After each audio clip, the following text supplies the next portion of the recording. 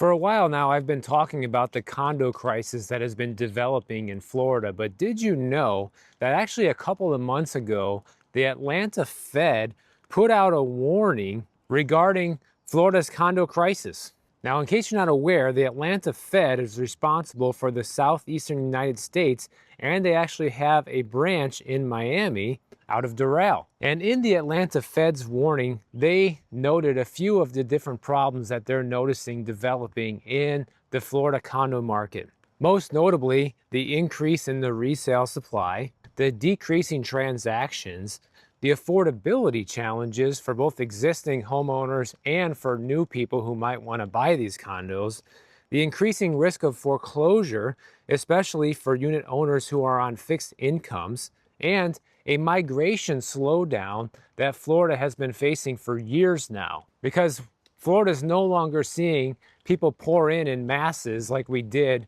during the first couple of years of the pandemic. That migration trend is over. And a quote from their report says that the condo crisis in South Florida poses broader risks for the local economy and for consumers, particularly those in lower income communities. And you got to remember, a lot of the buildings that are facing the biggest financial hurdles right now are older buildings, units that don't have as much value as newer buildings and newer units that have many more amenities. Buildings have been better maintained over the years. Maybe they're also not in the most ideal locations either. They also say as families struggle to afford the increased cost of ownership, some may face foreclosure or be faced to sell their units to investors who will rebuild them for mixed use or more expensive housing, which in turn exacerbates the issue of housing affordability in the region, as many individuals and families could be forced to seek alternative living arrangements,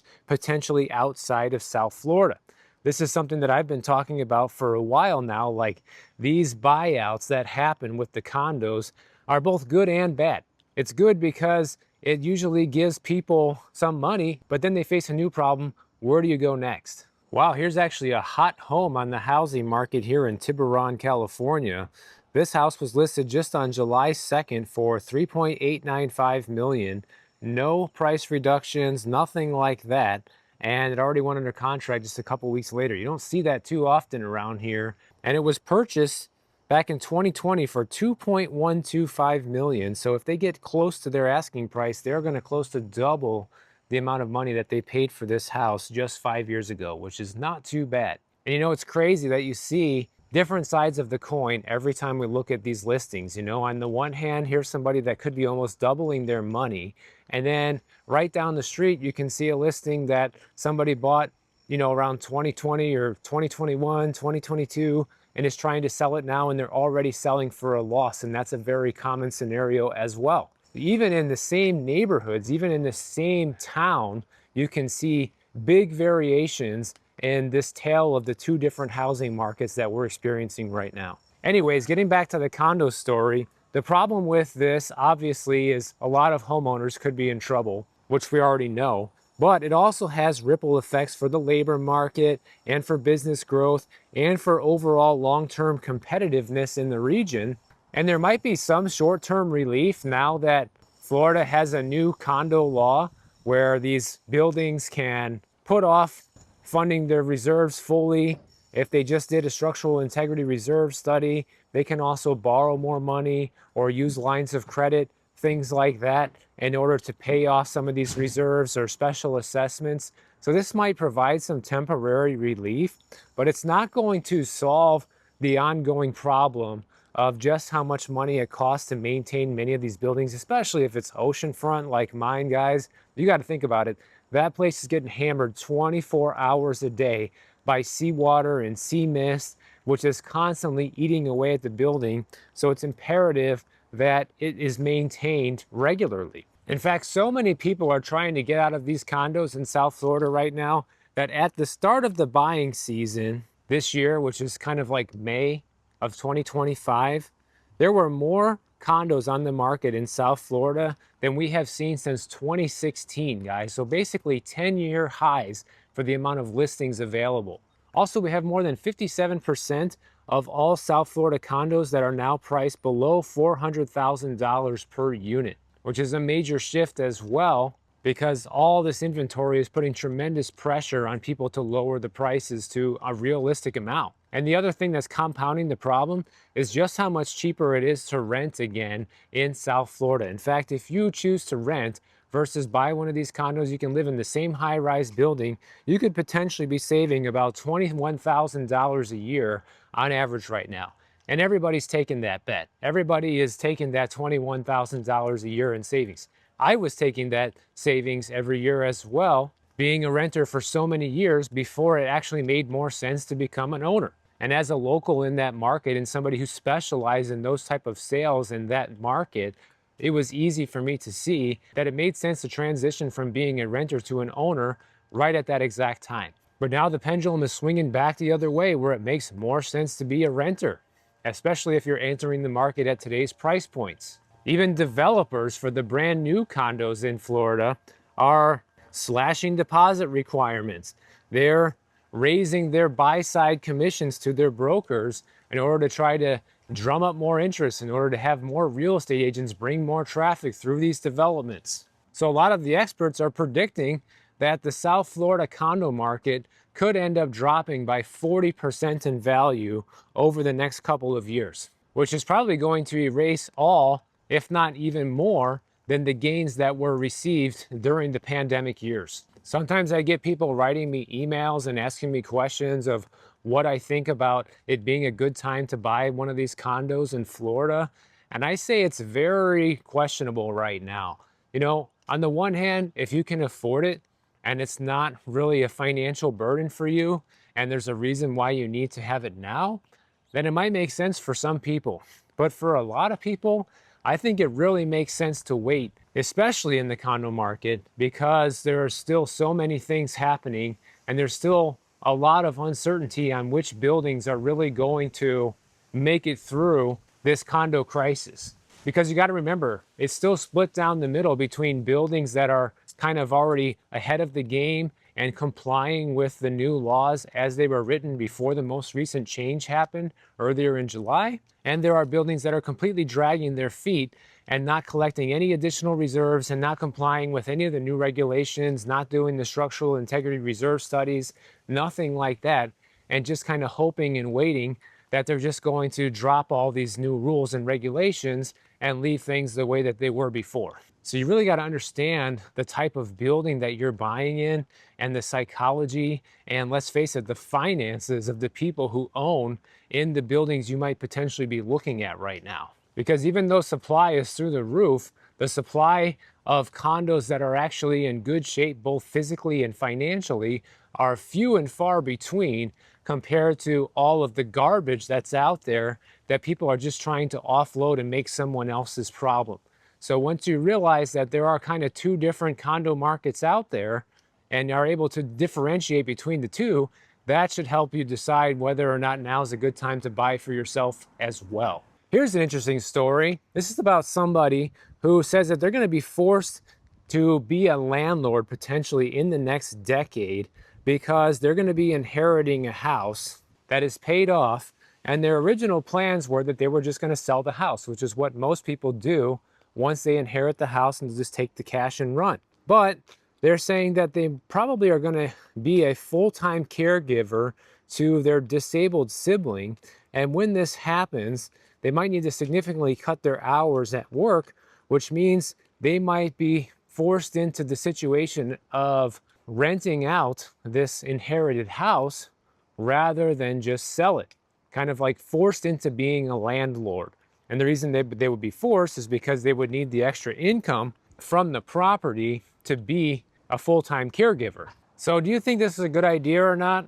Well, given the fact that they're going to be a full-time caregiver and being a landlord at the same time, sounds like a lot of work, because being a landlord just alone is a lot of work, even if you have a property manager, because things come up, you still have to review the work of the property management, you still have to be involved in the operations when there's a repair that is not authorized by property management that still needs your review. There are still things to worry about even when you have a property manager, so that doesn't solve all your problems. The other thing is, will this be the best way to earn money passively from that inherited house? After all, they could sell the house and just do something as simple as put the proceeds into a high yield savings account that gives you 4% a year right now return, which could arguably be even more profitable than renting this home out, depending on how much the house could actually rent for and all the expenses involved. Or they could invest it in something like gold, silver,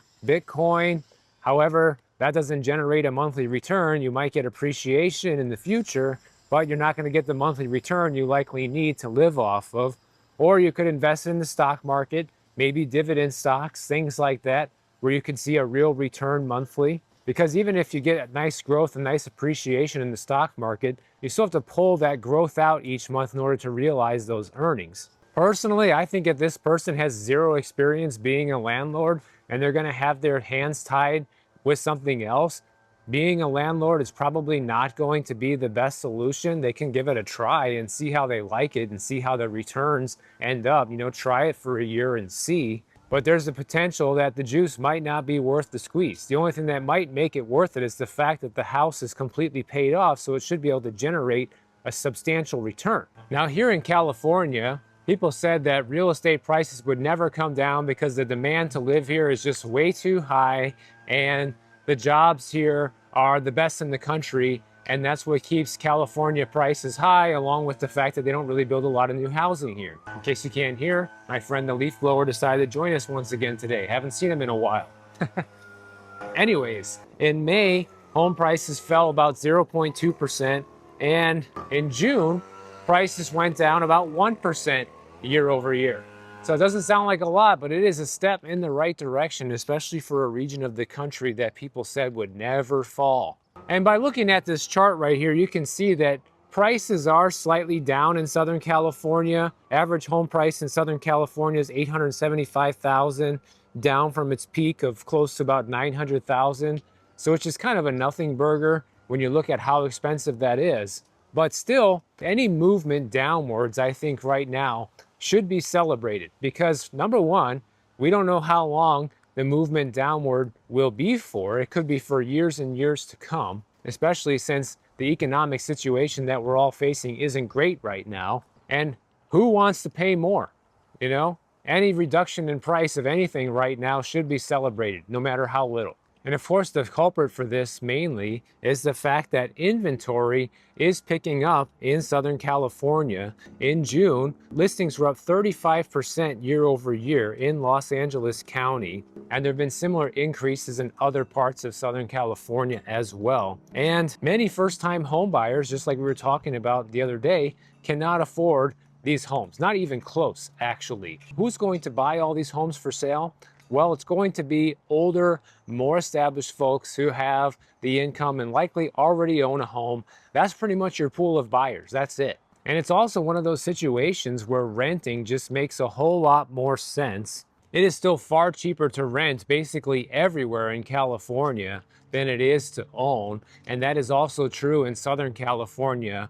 The only places where rents have been on the rise in Southern California have been neighborhoods adjacent to where the fires were earlier this year, where people are looking for immediate housing. Those areas have seen the biggest uptick in rents, but besides that, the rest of the region is still on a downward trend. Like for example, in Santa Monica, which is not that far away from the Pacific Palisades, in June, median rent prices rose 4.1% year over year, but in Los Angeles County as a whole, rents dropped 0.85% in just 1 month.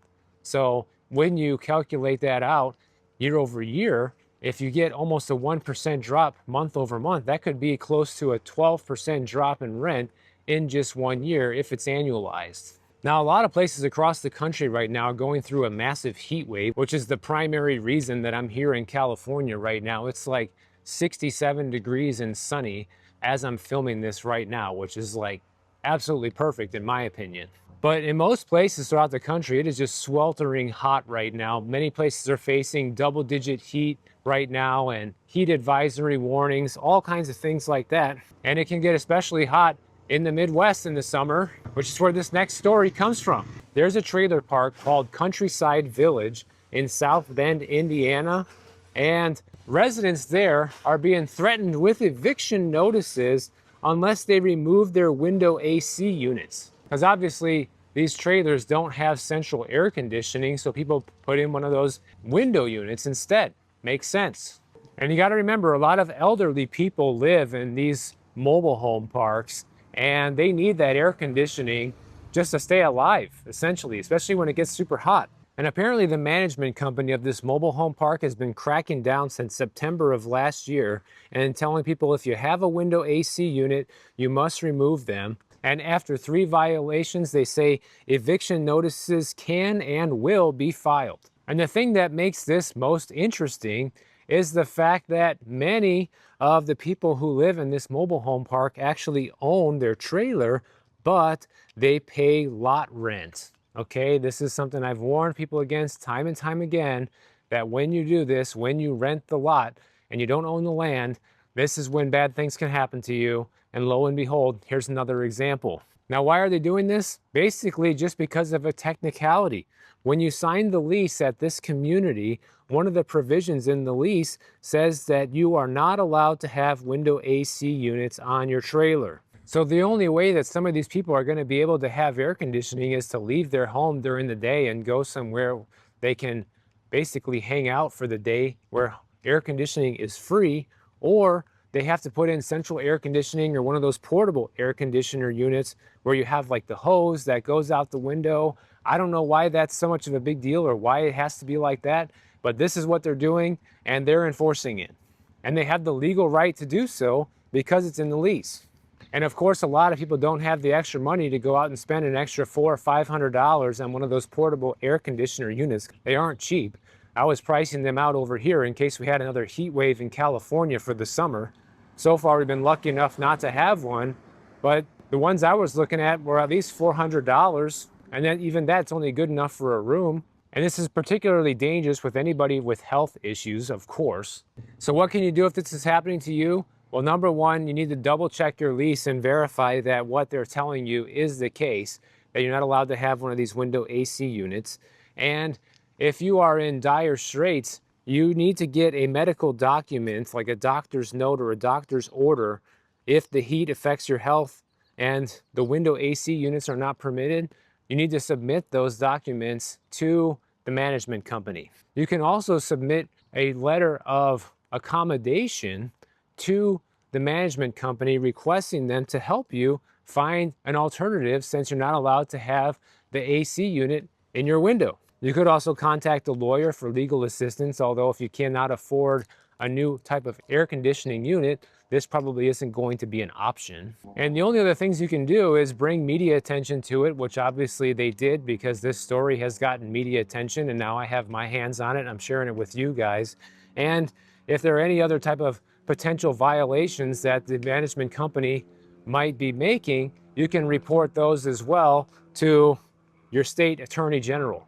But not a lot of great options here if you find yourself in this situation, and it ultimately goes back to why you need to own the land underneath your feet when you're going to be putting a mobile home or manufactured home anywhere. And they probably have to let it slide if you get a doctor's note, because the Fair Housing Act protects individuals with disabilities and extreme heat sensitivity related to certain medical conditions, and they may qualify for reasonable accommodations. So you might be able to get off the hook if that's you, but if not, you're better off not living in one of these communities to begin with. So if you enjoyed this video, make sure you subscribe to the channel. And if you don't want to wait for my next video to come out, check out this one on the screen right over here, and I'll see you in the next one.